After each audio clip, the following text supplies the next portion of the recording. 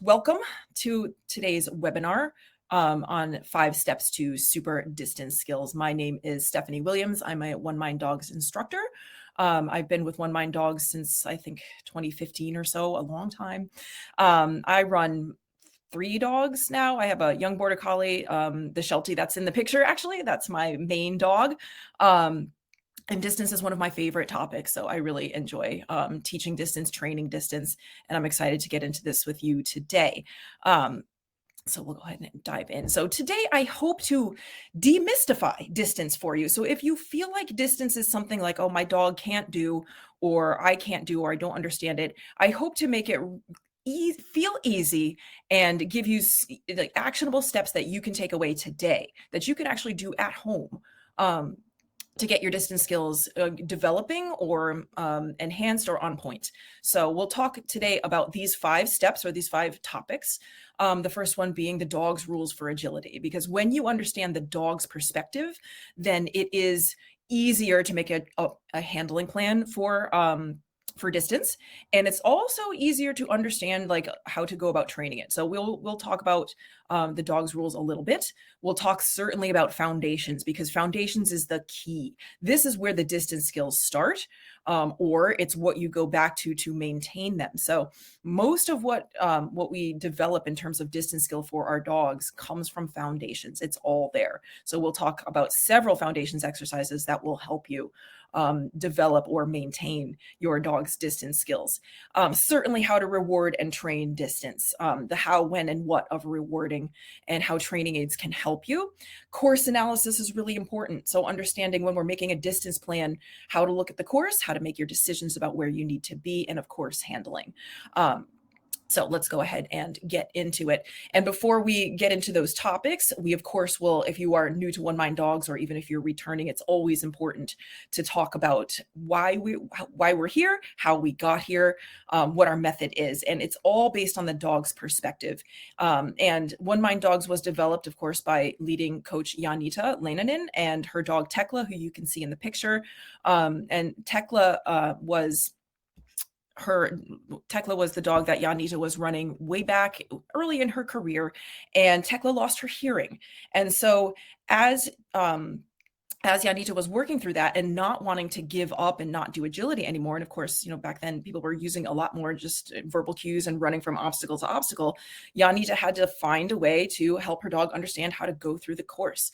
And so she began to realize through trial and error and working with Tekla that the dog's reactions were based way more on her body language than anything else. And so from that developed the 7 handling elements, which we'll talk about today. It developed an understanding of how the dog sees agility and the dog's perspective, and it opened up a whole new world of possibility for being able to handle and train agility with dogs from around the world. And so now we've since learned that this method works for all dogs.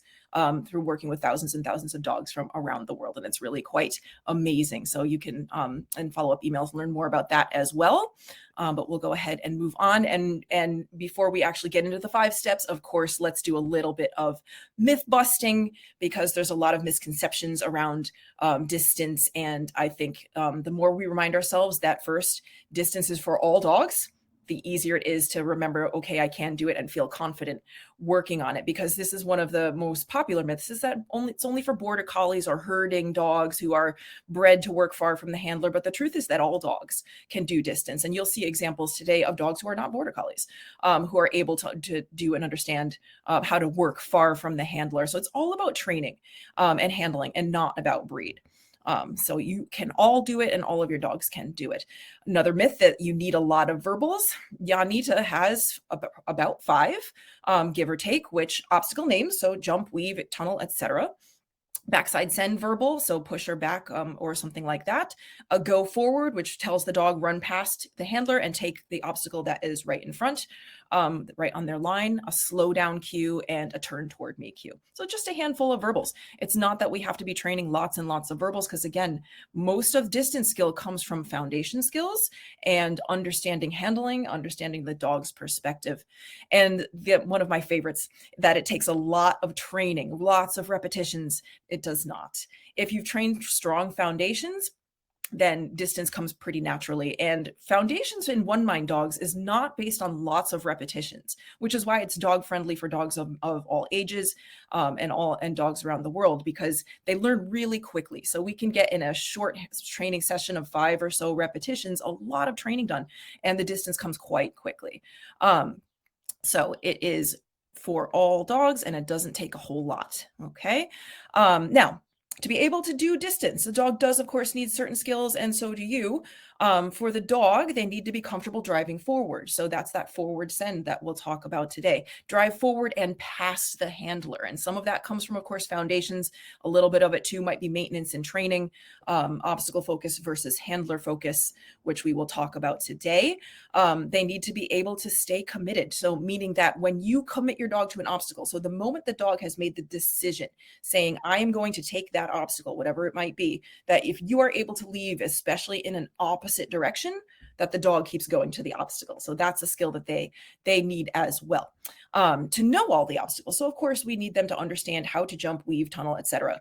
And of course, finally, rewards. And it says a reward they really, really like, but I would say to you, choose a reward they really, really love, because that's the most important thing, that we're always associating obstacles and doing agility with the best feelings. And that comes from really high value rewards. So the best types of treats if your dog is really food motivated, the favorite toy that makes your dog really light up. And don't forget praise. Praise is also a reward you can use all the time. So be sure you're understanding, how does your dog like to be praised? Do they like really high, like bright cheerleady praise, or do they like this kind of softer praise? Always make sure it's sincere and that it's genuine, and be proud of your dog, no matter what they do on the course, because they're always trying. All right, let's get into step 1. So dogs' rules of agility. This is all based on understanding the dog's perspective. And yes, some of that is placing yourself on the positions of the course and looking at the lines from the dog's perspective. So when they exit the first obstacle, what's the first thing they see? When they exit the next one, what do they see? So taking a look and reading that from their eye view, and then making your handling plan based on that. So once you see, okay, my dog sees this jump and then that off course, I've got to adjust the line so that they see the correct obstacle. So make a plan that allows your dog to exit the current obstacle facing the next one, even if you're far away. Understand the dog's natural reactions to your handling. So this is the 7 handling elements. So this is what the dogs have taught us about how they read our body language. And so we'll talk about the 7 handling elements today. And the more that you understand how they will react to those things on their own naturally, the easier it is to make your plan, whether you're handling distance or not. Really important to understand that. And then, of course, choosing your handling to make course reading as easy as possible, which we mentioned a moment ago. Okay. And so the first of the rules of agility that I'll mention, and there are more than these that you'll learn about in the follow-up emails, but this one is really important, that dogs naturally move on a parallel line to the handler. So your parallel motion is enough to commit a dog to an obstacle that they are facing. Even if they're far away, if they can see it, they can commit to it. And you can do that by moving parallel, is motion being your strongest handling element number 1, and position, one step or one big step or many feet away from that parallel line, whatever that might be, if we're talking about distance. Those things give your dog a whole lot of information. That's why they are handling elements 1 and 2, because they're the strongest. So you can use that to commit your dog to an obstacle. You'll see examples of that today. You can also use a step to commit your dog to an obstacle. So I'm going to show you that today, right now, actually, in a little video. And here you can see, even at a walk, and I know it goes kind of fast, I'll show it twice. Here that Janita and her dog are able to handle this line with a large parallel distance just by moving parallel to the line. And the dog easily commits to 1, 2, 3 obstacles ahead because of that parallel motion. And here is your step.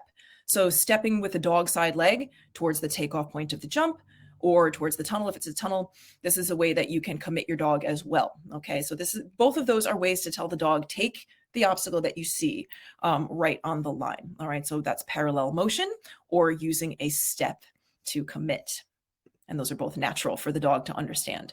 Dogs want to jump to the plane of the handler. So this means that your position when your dog commits to a jump will tell them a lot about where to land. And many times we're much farther away than we need to be. And so that's part of how we cause dogs to either turn wide or to land in a spot that doesn't allow them to see the next obstacle. So I'll show you an example of what that means too. And this is important in distance because when we choose our positions, sometimes we have to do a little bit of extra to turn the dog towards the correct obstacle when you're handling at a distance. But here you'll see, this is Yako and his dog, how his position informs the dog where to go, right? Because the dog wants to jump to the plane of where the handler is. So the dog there jumps further in order to go to that backside because of the position of the handler, the level of the handler, if you want to think of it like that. All right, and now here, again, the dog wants to jump to the plane of the handler, so now jumps more tightly and can take the front side. Okay, so always be thinking that little rule as you're walking through the course, that they want to jump to the plane of the position where they see you before they are taking off. And one of my favorites, leading legs are a really interesting topic. Dogs can only turn to the direction of his lead leg, meaning that when they're running through the course, their four legs are moving in a particular pattern, and they will choose that lead leg pattern based on the handler's position, and they can only turn to that direction. So to turn to the left, they have to be running on a left leading leg. To turn to the right, they have to be running on a right leading leg, and they naturally want to turn towards you. So that means if you are on the dog's left, whether you are at a distance or not, they naturally want to turn to the left. If you're on the dog's right, distance or not, they naturally want to turn to your right. So that helps you choose, gives you already information about how to choose your positions to let the dog know where to go. Sometimes, though, we have to be able to turn the dog away from us. We can't always be on that naturally turning position. So teaching the dog in foundations how to make turns away from you using techniques like flick or lap turn or tandem turn are really important so that the dog from very early on understands how to make a lead leg change away from the handler. So I'll show you those now. And they're really easy. You can teach them without even using jumps and teach them to little puppies right on the flat. All right, so this is lap turn. And here you can see that using the hand and the leg back, the dog understands to turn away from the handler, and we can make that easy and natural for the dog. Here's tandem turn, a little bit of different handling, but still the same idea that the dog is making a lead leg change that allows the dog to turn to the left, even though the handler's on the right. And you'll see an example of that later on in a course as well. And also flick, another really important one, where the dog turns away and makes a full wrap. And of course, all of these are foundation skills that we teach on the flat. And when you're teaching these foundation skills, that's a great time to start to teach the dog to do these from a distance just by building the skills gradually. So being a little bit farther away and farther away from the wing as they begin to understand it. All right, so now we'll get into foundations now that we've seen a little bit of that. And again, this is the time when the distance skills are really, really taught, are in foundations. So if you're seeing now with your experienced dog that, hey, it's kind of hard to get my dog to go to an obstacle, the answer is always go back to foundations. Sometimes when we train something and it seems like the skill is strong, and then we go to ourselves, okay, my dog's got it, and then we let it go. And then what can happen over time, or for various reasons, is that those skills kind of decrease a little bit. And so you might have a dog who needs maintenance with distance skills, or you might have a dog with strong distance skills who needs maintenance on coming close to you. So foundations are always your friend for those things, and they're a great thing to do. So if you're not doing coursework today, but you want to do something with your dog, foundations on the flat so that you can keep those skills strong and maintain them. And it's also a great way to just have fun with your dog, build relationship, give them something to do. Obstacle focus is something that we teach in foundations, and it means teaching your dog to love obstacles and to go to them independently. And teaching obstacle focus is all about how we reward, when and where you reward, and how you use your praise. So I'll show you an example of that in a moment. Send forward, we mentioned before that your dog, the better that they understand to pass you and take an obstacle that's in front of you, the easier distance becomes. So they should understand to run past and also work far away. And then lead leg changes that we just talked about a moment ago. All right, and we'll focus first on this concept of offering obstacles, because it's a great way to teach obstacle focus. And the stronger the dog's obstacle focus, the easier distance becomes. And you'll hear those concepts quite a lot in our method, obstacle focus versus handler focus. we like to have it about like 55% obstacle focus, 45 handler focus approximately. And when we're teaching foundations, actually a bit stronger towards the obstacle focus. So the dogs really love the obstacles because it begins to teach them to read their own lines, easily go to the obstacle without the handler. And that is the basis of distance skill. And jump offering is one of the, I think the, concepts that we're most familiar with. A lot of you have probably done a version of that, which I will show you an example of. But remember that this offering idea is not just on jumps. We can also practice offering on tunnels, on weaves, on your contact obstacles when you're teaching your young dogs. And offering simply means that we've not cued anything, that we're giving the dog the sense that they've chosen to go to the obstacle, because that in and of itself is a huge confidence boost for dogs. And they really like it. And it also gives them the sense that they're part of how they get rewarded, so that they're involved in that process, and they find that to be really motivating intrinsically as well. Keys to obstacle focus, and this is one of the big ones, is reward on the line. Because if you reward from your hand, well, dogs think they're rewarded for the last thing they did. They're very in the moment. So if they take an obstacle and then come back to you to get a reward, even if the obstacle was farther away from you, still what got rewarded the most was coming back to the handler. So if instead you plan your training so that you are going to throw your reward, whether it's food or toy, and we'll talk about that, to the intended line, so the landing of the jump, the exit of the tunnel, and you plan to time it in a way where the dog has the sense that the reward has like landed from the sky, then the reward then becomes associated to doing the obstacle. And that's one of the most important things we can do to build obstacle focus, is to plan to reward that. So if you have a food motivated dog, which Shelties, very food motivated, lotus balls are your friend. They really, really help with that, because you can then surprise them with that reward, and they associate it with the obstacle performance, not with coming back to the handler.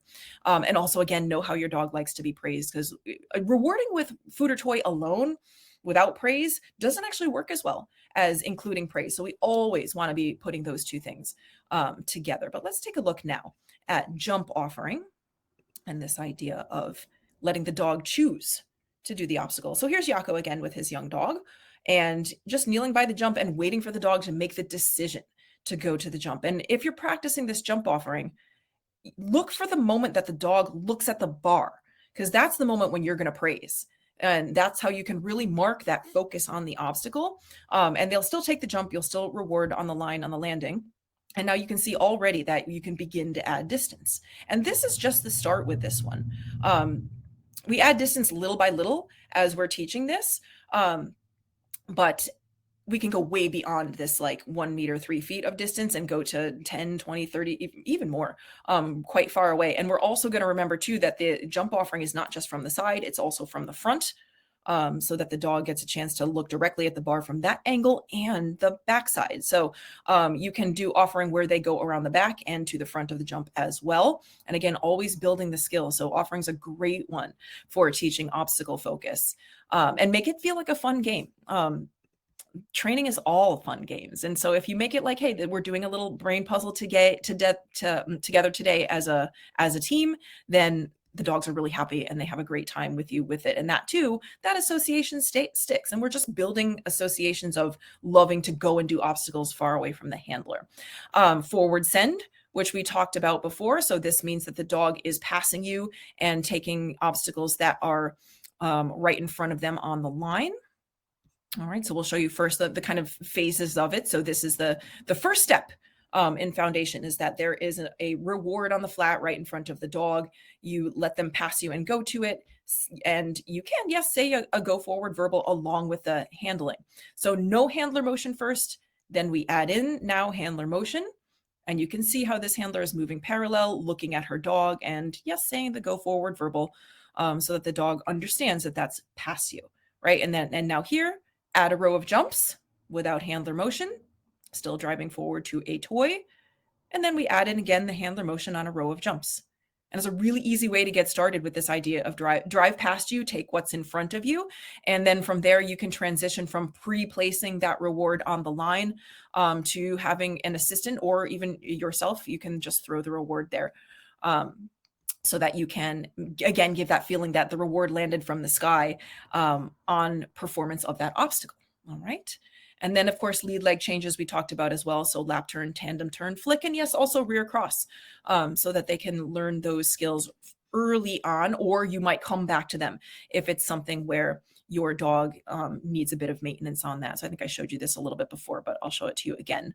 That these turnaways, these lead leg changes, are really important for your dog to understand. And when you're practicing these, take note to which direction might be easier and what might be a little bit more challenging for the dog. So if you notice that they turn more easily to the right than the left, do more practice a little bit with the left so that you can really balance them out. And then if it's very easy for them to turn in both directions, towards you or away from you, you can still use that on the agility course when you're handling distance, and they'll be able to do that. All right, so those are those lead leg changes away. And then, of course, additional skills, keeping commitment, which we talked about early on in today's presentation, where the dog, when they have told you and they tell you by looking at the obstacle that I've made the decision to take that, I am going to it, that moment of commitment, that if you turn and go the other way to show them the next line, they should still continue on and take the obstacle that they've committed to. And that's something that we can teach them through training. And then lateral push is a great handling technique for practicing distance, which I'll show you an example of as well. But let's first take a look at this keeping commitment. All right, and so again, working with a young pup on a low bar. And so looking at the dog, and then when the dog commits to the obstacle, the handler already is now moving, as you can see, in the next direction. And we want the dog to hold that commitment. And we're going to praise that. And then I want you to pay attention here to what happens with the reward, which is that reward gets dropped on the intended line so that the dog gets rewarded for doing the obstacle and the handler keeps moving. So this is also a way that you can make sure that your dog understands, hold the commitment, and that the reward has nothing to do with where you are. So when you throw a reward to the intended line, always keep moving, drop and go, because if you stand there and you stay close by, the dog still might associate the reward to being with you. And that's another of those little details that sometimes are the difference when it comes to training distance, is that you remember to drop and keep going. All right, so drop and go. And each time this handler builds in a little bit more of this opposing motion and leaving early, leaving before the dog takes off for the obstacle, right? And then we're also going to remember to train different approaches. So this is another really great one that you can do just as a warm-up drill with your dog, or some little game you're looking to train today. Do it on a low bar, and you can do some maintenance skills with your distance with your dog that way. All right, lateral push is another one of my favorite techniques. I think the dogs really, there you go, they really enjoy it. I'll show this one twice because it goes kind of fast. But here it's just from lateral to the dog's line, a step to commit, looking at the dog. And then you can see there, my dog is looking at the obstacle and off I go. And I can be very far down the line because she knows to hold her commitment there. And we'll watch it again. So look at the dog, make a step, and off she goes.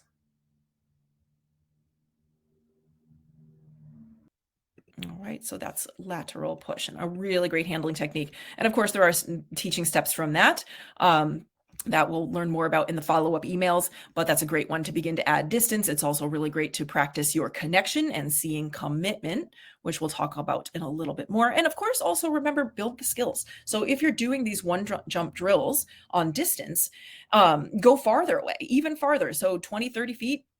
If they can remember, if they can see the obstacle, you can commit them to it. So keep on adding the skills that way. And I think you'll see that your dogs really get a huge boost from it when you practice it that way, and they gain confidence like that too. And remember to train independence on your contacts and weaves as well, because those are distance obstacles too. So those things too should be incorporated into the training. All right, let's talk a bit more now about how to reward and train for distance. So we'll look a little bit more at coursework here now that we've talked a bit about the foundations part of it.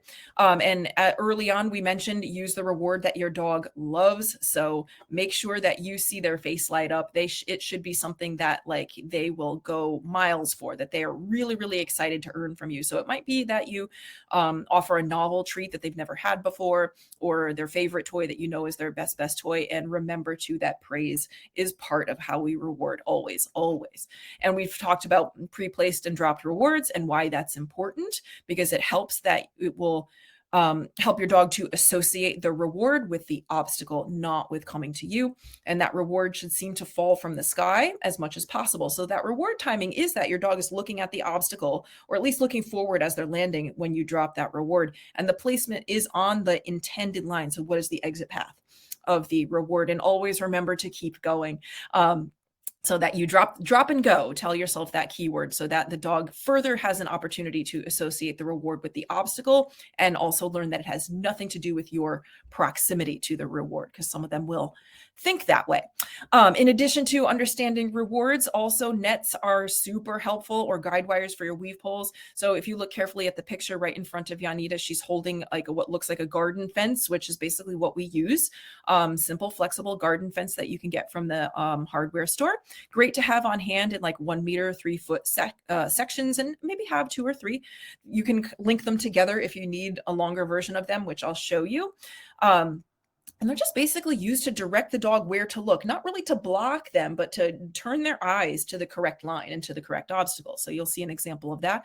And again, guide wires too are super helpful with weave training. You can also use these nets to help them to stay in the weave poles if you're practicing distance on weaves. Okay, and so now we'll take a look at a video that contains examples of these things. So you will see using a net, you'll see pre-placed rewards in this video, and also rewards that are dropped on the intended line. And you'll see in this video that the rewards are dropped from an assistant, but it's also a really great skill to learn to do on your own. If you're someone that trains alone a lot, you can practice that skill and it becomes easier and easier. Right, so here, dropping the reward on the intended line, and that was an example of a tandem turn. So there already you could see lead leg changes. Here it is again. Being handled at a distance. Now the dog missed the jump here. So now you'll see using nets, which are a little bit hard to see, but you can see Janita setting them up here just to help direct the dog's gaze to the correct obstacle. And of course, we're also going to remind the handler to take a more parallel line to set the line to the jump. So tandem turn, there's your lead leg change, parallel line, and the nets help the dog find the obstacle, quick false turn to the tunnel. Okay, so really easy way to help the dog understand what the line is and gain confidence at running distance from the handler. And here's another dog. This dog is very accustomed to working close to the handler. So you can see here she's got questions about what to do. So the nets are in place again, and watch now where the pre-placed reward is. Right there on the exit line from that jump, so that again she gets a little surprised. It's right there. The handler kept on going, and then the dog can take the reward and continue the course, and we can just begin to reinforce and strengthen obstacle focus and confidence at being at a distance from the handler. So even dogs who are more and there's your dropped reward, are more handler focused, can build the skills of obstacle focus just with these little ways of rewarding and training. All right, so again, a pre-placed reward, and here's your rear cross being handled at a walk. A really nice forward send to, again, another pre-placed or dropped reward there. Okay, so most of that comes from pre-planning your training session and going, where might I need to place a reward, and having your rewards ready to go so that if your dog is food motivated and you need to pre-place that reward, it's a lotus ball or it's a bowl on the intended line, or you've grabbed an assistant to throw the reward for you, or you've practiced a little bit of throwing it in the place that you want to yourself. Always remembering the timing, that should be the reward lands from the sky on the intended line and that you keep going. And if you might need nets, where might you place them ahead of time? Or if you just see, okay, something didn't go quite as planned, I'll add those nets right here to just help my dog out a little bit and help them understand those skills. And of course, we'll talk about the handling aspect of it as well. But that's a little bit of how you can use those training aids to help your dog build their skills. Course analysis. Of course, we have to understand a bit of where should we be positioned? What is the dog's line? How do we make a handling plan when we're handling at a distance? So of course, first, know the dog's line. So if you look at the course as a path that your dog should be running, then it is way easier to make a handling plan based on that, because all of the techniques in OneMind Dog's method set lines. They create turns, okay? So that's the goal. So instead of looking at the course as obstacle, obstacle, obstacle, look at what the line is, and the obstacles just happen to be on that line. So our job then is to set the line. All right, and that's what the handling techniques do, and they work whether you are at a distance or not. Know the critical point. So critical point is the place you absolutely have to be to survive the course, to make it through the course. So there's running points. There are places where we want to be. Hopefully we're there, but if we're not quite there, we can still do it. But the critical points are the places where if you're not there, you will likely get an off course or a refusal. So take a look at this map. And we're going to look just at 1 through maybe 7 or 8 or so. And I want you to take a look for yourself and say, where might the critical point be? All right. So going from jump to the teeter, we could choose to handle this from either side of the dog walk. That's kind of where the distance aspect of it is. But if you had to handle this from a walk, and you were making a handling plan based on that, where's the critical point? I'm going to show a little video to kind of illustrate the lines a little bit. And while you're watching that, we'll talk through it a little bit more. All right. So here you can already see the line to the teeter. That's already going to be kind of important if we're handling from distance, because we want to make sure we set a safe line to the teeter. And so that's considering that the dog jumps to the plane of the handler. But the critical point here, really, regardless of which side you're handling the dog walk, is this tunnel exit. Because if the handler is too far behind, then the dog will turn towards the handler and miss jump 5. And that's true whether you're on this side of the dog walk or on the other side. So if we're handling from this side of the dog walk, the handler's critical point would be that they are about maybe 3 feet, 1 meter past the tunnel exit, or at least level to the tunnel exit as the dog is coming out, so that you can set the line to 5. If you're handling from the other side of the dog walk, you're making a tandem turn to 5, it's still the same, that we have to be there for that. So once you recognize that, then you can make your decision about where will you choose to be for the opening line, right? So might you decide that, okay, the tandem turn is easier for me to get to, and it's also faster because the dog is not waiting on the teeter. And it might be that from there, it's easier to handle the line to the teeter, or maybe you decide that it would be easier for you to be next to the tunnel from the far side of the dog walk, in which case you're really going to be positioned where you can see the little handler right now to make sure they get a safe turn to the teeter either way. All right, so that's the critical point. So that's an example of what that is in this course. And then we'll take a look also at some handling on this one. All right, so here it is. And here's Janita's dog. So handling that turn at a distance to the teeter. So you can see how she really worked to make sure the dog took a safe line and was at the critical point to be able to make the tandem turn. And now here, it's the same course we just watched with the pre-placed and dropped rewards. So you can see again examples of at a walk, how the 7 handling elements come together to create those lines. And that's the next thing we'll talk about. But it's a starting example. Now here you can see getting to that critical point, making the dog wait on the teeter takes a little bit more time, but still that's where she has to be in order to make sure you get that line. So know your critical points. That's where you have to be. You can create the rest of your plan based on that information. And just a little bit more here that you can see at a walk with high obstacle focus and good obstacle skills, how much you can get through in a course at a distance. There's your tandem turn again, rear cross at a distance, parallel line to the tunnel, really strong forward send. All right, so once we've determined our critical points and we've looked at the dog's lines, then we're going to decide where do we need to give the turning cues so that we can set the correct line. So how do we tell a dog to turn? Those are our handling techniques. So front cross, blind cross, rear cross, and many more all work the same way at a distance that they do when you're not handling from distance. So you still have those techniques, and you just saw several of them in those examples. You also might make a turn using a rhythm change. So that's a change in your pace. So if you're moving really strongly and then you suddenly slow down or stop, before the dog passes you or before or on commitment to the obstacle, to the jump, then they will also react to that by slowing down and turning towards you. So rhythm changes are really helpful turning cues. And of course, verbals help us in support of the other handling elements. Okay, so they are handling element number 7. Now, getting into handling itself as our final step, take a look at this map. And we'll look again at about 1 through 5, 6, 7-ish, about there.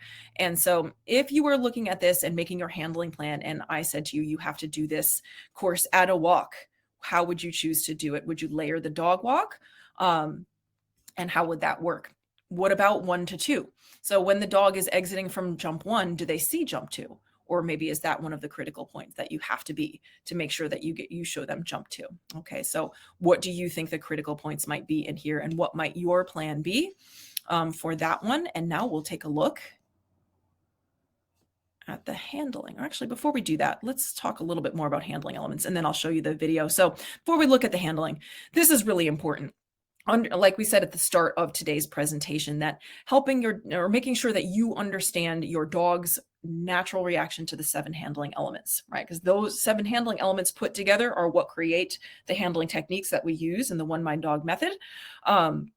And so motion being the strongest, and motion means the direction you're moving and also the pace. So are you moving faster or slower? Even if we're talking about walking agility, if you're walking really strongly in a particular direction, that gives your dog information to move also in that direction. And if you then choose to slow down or stop, they will react by turning towards you and slowing down a little bit themselves. So that's the rhythm change. Position, so the parallel line that we talked about. So we most often in our method say that dogs naturally move on a parallel line 1 step away from the handler. In distance, we're talking much bigger than that, but the parallel line will still work the same, whether we're talking several meters, many feet, that they're still going to run that parallel line. And you'll see that example here. And that parallel line, as you're moving that way, you can commit with that motion. And if there's more to position than that, but focus on that today, because that's going to make it easier to see in the next example how that helps the dog when you're working at a distance. Connection, really important for distance. So this is looking at the dog. How much do we need to see the dog? You should always see the dog on the course, even if they're in the tunnel. We're still keeping track where they are in the tunnel. But the more that you look at the dog, the easier it is for them to pass you, go forward, work far from you. So make sure you're watching your dog. Connection really supports distance skills. Chest laser. So that is imagining that there's a laser point from the center of your chest pointing about 5 feet ahead of you. Now, when we're talking about distance, we're going to think a little bit farther than that. But where you point your chest tells a lot about for the dog about where to go. So your chest laser can be used to support that distance line. You can also use your chest laser to help with lead leg changes. So pointing your chest laser towards the dog causes a lead leg change. And you'll see that in the example I'm going to show you next. Our feet. They see these before they see your hands, so they're going to pay attention to the direction that your feet are moving as you're running, or if you're making a step. Hands are what are in support of the previous elements I just listed. So you might lift an opposite hand, and that will turn the chest laser towards the dog, for example. Or your hand might move in support of a stepping leg to make a send, or in a lateral push, but your dog is watching the other elements before that. So hands are supporting that. Now, yes, in a lap turn, the hand is a bit more important, but in general, hands are supporting the other 5 elements. And then finally, verbals. Verbals are in support of all 6 elements. So if I'm saying go forward to my dog, or if Janita is saying that, then that verbal go is supported by parallel motion, connection, feet pointing in that direction, all the other elements showing the same thing. Okay, so, but always remember, with all of the elements, be proactive, including the verbal. So give that information before takeoff to the current obstacle, so the dog understands what to do on exit of the next one. Because when we don't do that, so if we're giving the information on landing as to what the next line is, the dog will turn towards you, including verbals. If you give the information before takeoff as to what the next line is after this obstacle, they will go on that line. Okay, so be proactive. The timing is the same, whether you're handling from distance or you're handling or just close, 1 step off the line. It's the same. Proactive cues are what give your dog information on what the next line is. All right, so let's now take a look at an example of that. And this handler is running a little poodle. She herself is 73. She started agility when she was, I think maybe in her 60s, if I remember correctly. And by the way, when you're on our website, you can slow down the videos by clicking on that 1X in the corner. So I did that here so that you can watch this one in slow motion. So that's just a little handy tip for you. And here you'll see, if you watch her handling elements, chest laser, toes are pointing towards jump 3. And so that's where the dog goes. And also there's less connection there. So she's also looking towards the jump. So all of her handling elements are saying to the dog, go to jump 3. Now, when we need to get the correct line to jump 2, she's watching the dog, chest laser and toes are pointing towards jump 2. Her motion is going in that direction. Dog easily passes her and goes to that jump. And now here, parallel line to commit to the next jump. And again, parallel line here easily gets the layer to the A-frame. So they do read that naturally if they have strong obstacle focus. Now this turn to the jump was given a little bit too late. So you could see there that the dog turns towards her. So now as the dog exits the A-frame a little earlier, we start the turning away from the dog, the lead leg change. And the dog easily makes that really strong forward send to the tunnel, allows her to get quite far down the line for this. Now still for the backside send, that this number 9 jump is a backside. The dog went to the front because her toes, chest laser, and eyes were all pointing to the landing. But here, if we point those handling elements to the backside, the dog sends there. So the backside critical point, she had to be there for that, but being able to have all of these other distance skills allows her to look at that forward send and how easily the dog then reads that line and is able to find that so she can be here for the next critical point, not having to run fast, but just giving the dog the skills. And this again goes back to foundations, strong obstacle focus, and understanding the dog's point of view of agility. And again, really easy forward send to the tunnel. There you go. Okay, so there is your distance handling, 5 steps to distance. So hopefully you enjoyed today's presentation and got a lot of information out of it. Remember, there will be more information coming in the form of emails. So keep an eye on your inbox for that. And we will look forward to seeing you hopefully on the website. You can get in touch with us using the email that you see here. Or come to the OneMind Dogs website and click the chat bubble that's in the corner and say hello. I will be there as well as the rest of the coach team, and super happy to talk to you there. All right. So thank you for coming, and we'll wrap up today's presentation. Great to talk to all of you.